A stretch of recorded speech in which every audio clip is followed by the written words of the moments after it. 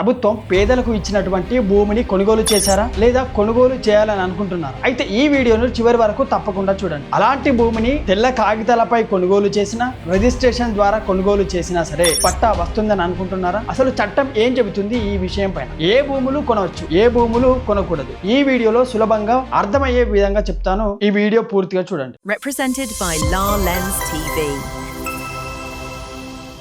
మనం విషయంలోకి వెళ్తే ప్రభుత్వం పేదలకు ఇచ్చినటువంటి భూమి ఏవైతే ఉన్నాయో అవి సీలింగ్ భూమి గాని, లావాణి పట్టాకు సంబంధించిన భూమి గాని, ప్రభుత్వ భూమి గాని, గిరిజనులకు సంబంధించిన భూములు కొనుగోలు చేసినట్లయితే అవి తెల్ల కాగితం పైన అయినా సరే, రిజిస్టర్ కాగితాల పైన అయినా సరే వాటికి పట్టాలు ఇవ్వడం అనేది కుదురుతుందా, కుదరదా? అలాంటి భూములు అమ్మకాలలో కొనుగోలు చేయవచ్చా, చేయకూడదా? అంటే సాధారణంగా వీటికి సంబంధించిన విషయాలలో పట్టాలు ఇవ్వడం కుదరదు. కేవలం తెల్ల కాగితంపై కొనుగోలు చేశారని గాని, రిజిస్ట్రేషన్ చేశారని గాని ఇలాంటి భూములపై చట్టపరమైనటువంటి హక్కు లేదా పట్ట ఆటోమేటిక్ గా రాదు. ఎందుకోసం అంటే ఇక్కడ ఉన్నటువంటి ప్రతి భూమికి ఒక్కొక్క రకమైనటువంటి భూమికి ఒక్కో చట్టం అనేది ఉంది. ఏంటంటే ప్రభుత్వ పేదలకు ఇచ్చినటువంటి భూమి డి పట్ట అంటే లావణి పట్ట అంటారు. అయితే ఈ లావణి పట్ట లేదా డి పట్ట విషయానికి వస్తే సాధారణంగా దీన్ని అమ్మడం, కొనడం నిషేధం. రిజిస్ట్రేషన్ చేసినా కూడా చట్టబద్ధ హక్కు అనేది రాదు. ప్రభుత్వం తిరిగి స్వాధీనం చేసుకునే అవకాశం అనేది ఉంటుంది. రెండో విషయానికి వస్తే సీలింగ్ భూములు అంటే చట్టపరమైనటువంటి షరతులు ఉంటాయి. ఇందులో వాటిని ఉల్లంఘించి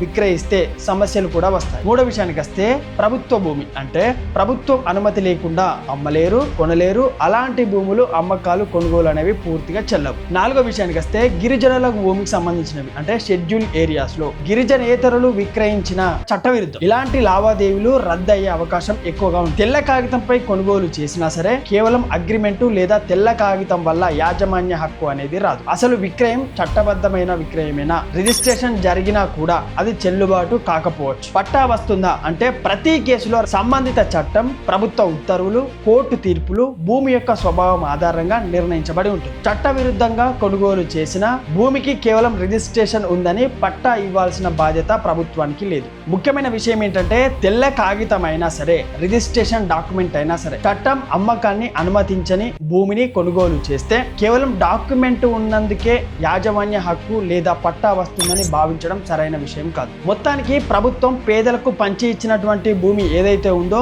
లావణి పట్టా గాని, అసైన్ భూమికి సంబంధించిన భూములు గాని, సీలింగ్ భూమి, ప్రభుత్వ భూమి, గిరిజనులకు సంబంధించినటువంటి భూములను కొనుగోలు చేసే ముందు తప్పనిసరిగా వాటి యొక్క చట్టపరమైనటువంటి స్థితిని పూర్తిగా పరిశీలించండి. కేవలం తెల్ల కాగితం లేదా రిజిస్ట్రేషన్ డాక్యుమెంట్ ఉన్నందుకు పట్టా వస్తుందని లేదా పూర్తి యాజమాన్య హక్కు లభిస్తుందని అనుకోవడం సరైంది కాదు. ప్రతి భూమికి వర్తించే చట్టాలు, ఒక్కో భూమికి ఒక్కో చట్టపరమైనటువంటి విధి విధానాలు ఉన్నాయి. ప్రభుత్వ నిబంధనలు, కోర్టు యొక్క తీర్పులు వేరువేరుగా ఉంటాయి. కాబట్టి ఎలాంటి లావాదేవీ చేయాలనుకున్నా కూడా ముందుగా న్యాయ నిపుణుడిని లేదా సంబంధిత రెవెన్యూ అధికారులను సంప్రదించడం చాలా మంచిది. ఈ వీడియో మీకు ఉపయోగపడితే లైక్ చేయండి, షేర్ చేయండి. మరిన్ని వీడియోల కోసం సబ్స్క్రైబ్ చేసుకొని బెల్ ఐకాన్ నొక్కి పెట్టండి. మన La Lens TV లో జాయిన్ కండి. మరో కొత్త వీడియోతో మళ్ళీ కలుస్తాను. నేను మీ కొంగంటి రాజు ఫ్రమ్ La Lens TV.